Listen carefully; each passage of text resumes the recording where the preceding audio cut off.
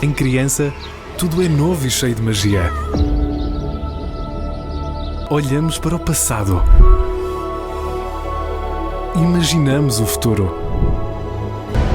Por entre estas pedras milenares, semeei sonhos. Esta é minha terra, Bragança.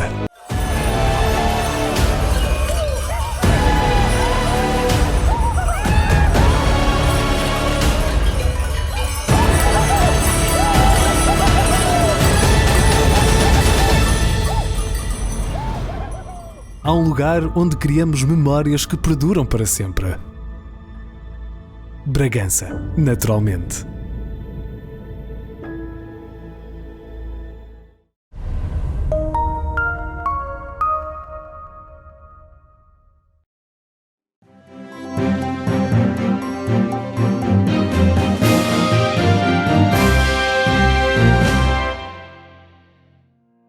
Natural da cidade dos estudantes, Margarida Mano formou-se em Economia na Universidade de Coimbra.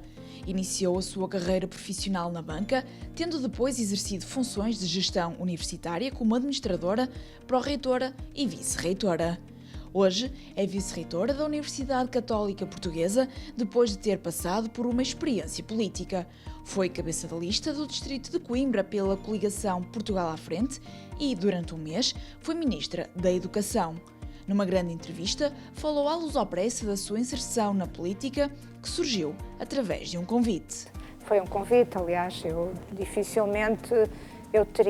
o meu percurso teria sido este se não tivesse tido convite, não tinha qualquer interesse particular, não estava filiada partidariamente, nem estou, e portanto foi de facto um convite. Uma daquelas situações improváveis, para mim improváveis, mas também irrecusável pelo compromisso que significava e que acabou por mudar a minha vida, mas, enfim, eu penso que nós não devemos subestimar as oportunidades e os desafios que nos colocam e sempre estive assim na vida e portanto, ponderei bem e não me arrependo, achei que deveria assumir e não me arrependo. Acabou por ser convidada para Ministra da Educação e da Ciência em 2015. Exatamente. Como é que encarou este convite? Na altura com um grande sentido de responsabilidade, não é? E de humildade, mas de responsabilidade. Eu acho que foi nesse lugar que eu me senti mais pequenina, não é? Porque, bom, primeiro como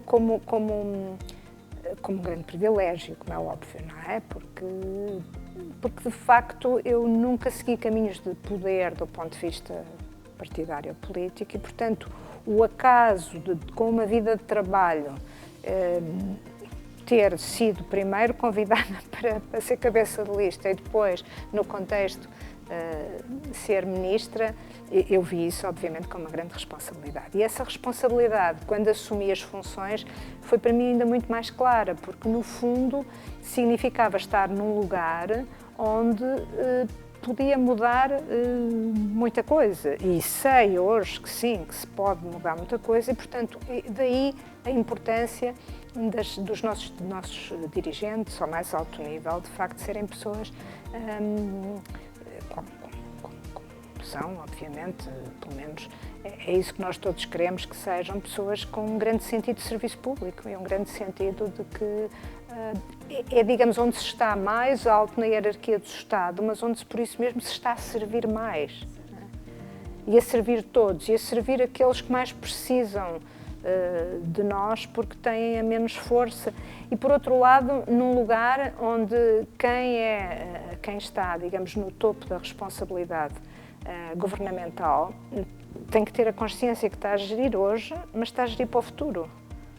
E, portanto, tem que olhar para hoje e, obviamente, que a pressão mediática é muito grande para um conjunto de aspectos e de agendas, mas a grande responsabilidade é para o futuro. E, portanto, é, de facto, um dos lugares que eu acho que, com muito respeito, porque considero que é de facto, estar ao serviço estar ao serviço completo, em total dedicação, não é? E sem a vida privada, e diria eu, pelo peso da responsabilidade que se tem, não é? A verdade é que acabou por estar apenas um mês no Ministério. Foi, 28 dias. Suponho que gostava de ter desenvolvido muito trabalho que não teve a oportunidade de o fazer. Pois, eu acho que aqui, digamos, as circunstâncias foram aquelas e, obviamente, que nós é muito importante não querermos perpetuar-nos para além daquilo que... E, portanto, foi um período, estive. Se me perguntar se eu tenho ideias do que penso que é esse o sentido da pergunta, do que gostaria de fazer se não tivesse estudado um mês, mas tivesse 4 anos, obviamente que tenho, não é? Penso que há...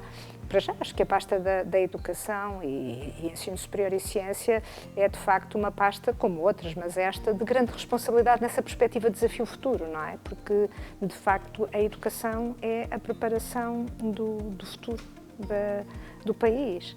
E, portanto, acho que há um conjunto de aspectos que são muito importantes, como, por exemplo, por um lado, a preocupação com a valorização daqueles que tomam conta das nossas crianças e dos professores que cuidam das nossas crianças e dos nossos jovens. Eu acho que é um aspecto muito importante. Eu acho que nós devemos aspirar a ter os melhores professores para as nossas crianças e para os nossos jovens, de maneira a ter os melhores portugueses no futuro.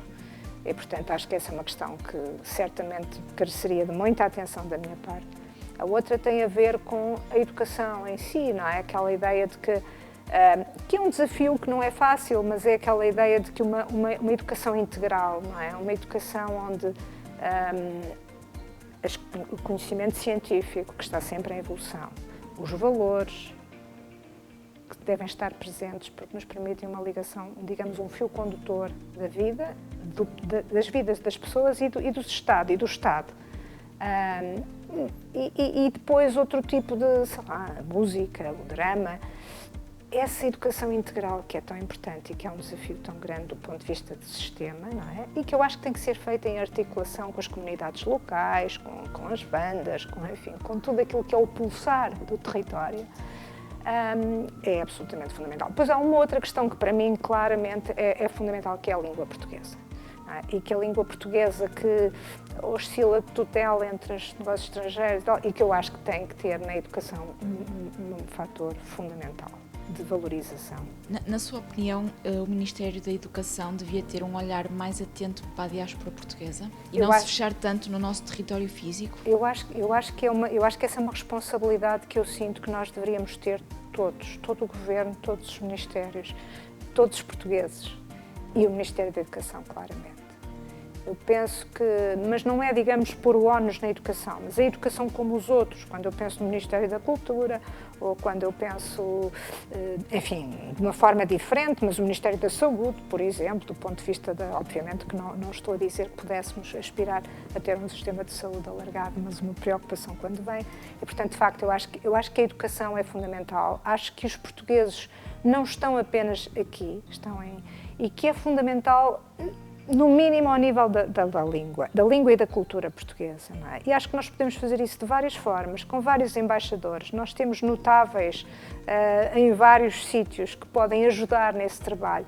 Nós temos comunidades locais que podem ajudar nesse trabalho. Portanto, ou seja, não temos que pensar em todo o espaço com um sistema rígido como o que temos em Portugal, mas o que temos de facto é que não esquecer que os portugueses que estão em qualquer parte do mundo, que têm filhos e que aspirar a que os seus filhos tenham ou recebam o legado daquilo que é a cultura e a língua portuguesa, eu acho que é algo que obviamente depende das famílias, mas que o Estado português tem que ter esse presente, essa responsabilidade. Porque eu diria que é dos valores mais importantes na própria língua e, digamos, na dinâmica da língua, obviamente para além dos países que falam português, mas são os portugueses que são um exemplo da nossa cultura em todo o mundo e cujas gerações futuras, enfim, podem voltar ou não voltar, mas temos, digamos, a obrigação de lhes dar esse legado. Os portugueses que se encontram fora de Portugal são representados na Assembleia por apenas 4 deputados. Qual é a sua opinião sobre este número? Pois, eu acho que é muito pouco e acho que, digamos, nós poderíamos considerar que a imigração, que foi digamos, existiu numa época e que, portanto, enfim, foi algo é algo que estagnou e nós sabemos que não é verdade. Nós sabemos que existe e eu diria que por maus motivos e por bons motivos, isto é, existem aqueles que emigram à procura de melhores condições, que são, eu diria, quase todos, naturalmente. Mas temos vários tipos de imigrações e temos aquelas pessoas que até pelo seu conhecimento científico são procuradas e requisitadas por sítios que são centrais do ponto de vista do conhecimento e, portanto, por uns e por outros, pensar Portugal no mundo, eu acho que é absolutamente estratégico para todos, para aqueles que estão no mundo e para aqueles que estão no tradicional quadradinho ou retângulo. Isto é absolutamente essencial pensar que a vocação da diáspora portuguesa tem que ser, é um ativo imaterial absolutamente essencial. E reforçar Portugal é claramente, digamos, atender a esses. E, portanto, se me pergunta que, obviamente, que em 230 deputados, 4, nem sequer, não é proporcional ao número de imigrantes, mas nem sequer, eu diria, poderia não ser proporcional, mas ter uma minoração. E, portanto, é claramente muito pouco. Que fazem os que eu conheci um trabalho notável, os que eu conheci com um trabalho absolutamente notável, mas é claramente, acho que é claramente insuficiente. Foi deputada na Assembleia da República entre 2015 e 2019, anos em que o Dia de Portugal passou a ser comemorado junto das comunidades portuguesas. Aí foi uma posição e uma decisão muito do Presidente da República, que é uma pessoa bastante atenta e que de resto marcou no seu mandato logo no início esse princípio e que obviamente que não posso, acho que faz todo sentido, acho que qualquer português perante a iniciativa no primeiro ano só pode ter achado natural que se fizesse algo que afinal nunca se tinha feito.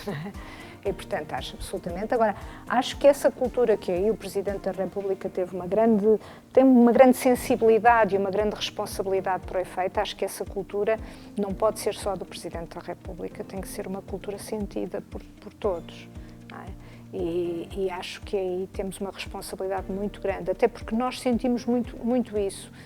Por exemplo, este ano, uma das coisas que se sentiu claramente foi, em período de férias, não é? Portugal estava mais pobre, não é? Portugal, entre aspas, o espaço geográfico aqui estava mais pobre porque eu acho que as pessoas que estão fora vêm-nos regularmente dar sinais de que estamos aqui e com o nosso contributo estamos presentes e, portanto, acho que o mínimo que temos que fazer é reconhecer a sua importância e estar presentes sempre que possível, portanto não posso concordar mais.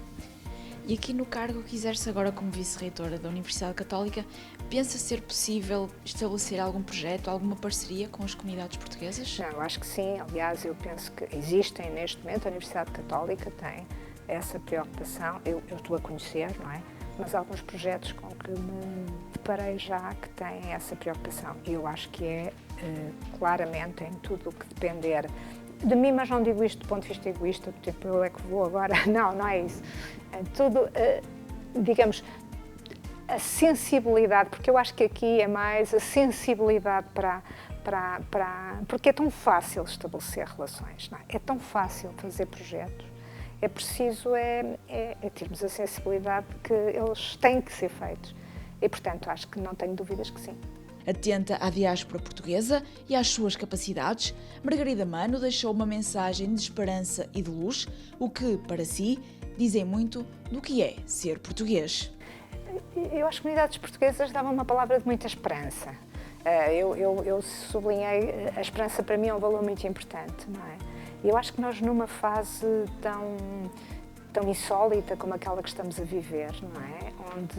Onde nós, no fundo, aquilo que sabemos é que sabemos muito pouco, não imaginávamos há um ano atrás estar todos de máscara, com distanciamento social, sem nos podermos encontrar e, portanto, acontecer uma série de coisas, não sabemos como é que o que é que vai ser daqui a um ano, mas eu acho que aquilo que sabemos é que os valores essenciais que nos deram força e que deram força às comunidades que estão fora, que foi, por um lado, a coragem de sair, a vontade de manter laços, a forma de, digamos, reequacionar de forma diferente as ligações entre si e com o país.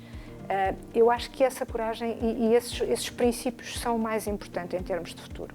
E quando nós vemos, independentemente das fragilidades que possa ter, mas quando nós vemos aquilo que avançamos num ano em termos de vacinas, em termos de posicionamento, em termos quando nós vemos, por exemplo, o que é que a ciência portuguesa fez, quando nós vemos o que é que as empresas portuguesas fizeram, e falo em empresas aqui, mas também em toda a comunidade, quando nós vemos as dificuldades e a forma como se estão ou reinventaram ou se estão digamos, a reinventar, aquilo que eu posso dizer é que é preciso esperança, sobretudo para aqueles que estão a ter mais dificuldades em ultrapassar este período, não é? Porque não sabemos quanto tempo, mas sabemos que no fim está a luz, não é? E que essa luz tem muito a ver com o ser português.